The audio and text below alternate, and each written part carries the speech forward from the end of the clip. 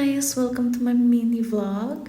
So today, as a nursing student, we will be having our community duty. Ang gagawin namin dito is mag-interview, assess the family needs.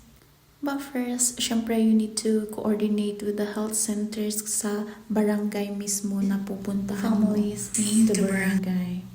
So dito, habang naglakad-lakad muna kami papunta sa mga bahay-bahay, syempre nagkwento-kwento muna kami para naman hindi masyadong ramdam yung pagod. So, ang layo pa kasi niya, pupunta muna kami sa pinakababa.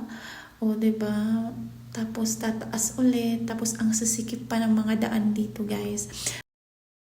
So ngayon, since tanghali na, may nakita kami dito na parang kainan, na pagbilhan ng mga merienda. So, nung nakita namin, sabi namin, syempre, bibili muna kami para naman may energy kami maglakad-lakad. Kasi super init dito. Tapos, wala pa kaming payong.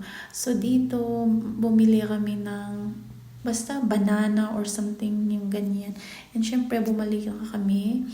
Tuloy ulit kasi may energy na. So, tuloy lang ulit yung pag-i-interview namin sa bawat family dito. So, ganyan ang ginagawa pag community para naman ma-assess namin kung ano talaga yung kailangan ng family. So, dito, taas ulit.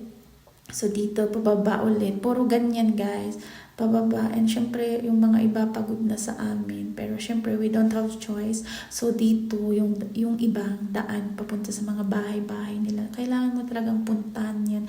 Kasi yung mga iba, hindi pumupunta sa barangay health center kasi parang siguro busy, ganun. So, yun. Pero ang ganda naman ng view, pero madaming aso dito, Diyos ko. Tapos dito naman, parang patapos na kami dito. So, ito yung mga pictures namin nung patapos na. So, yan.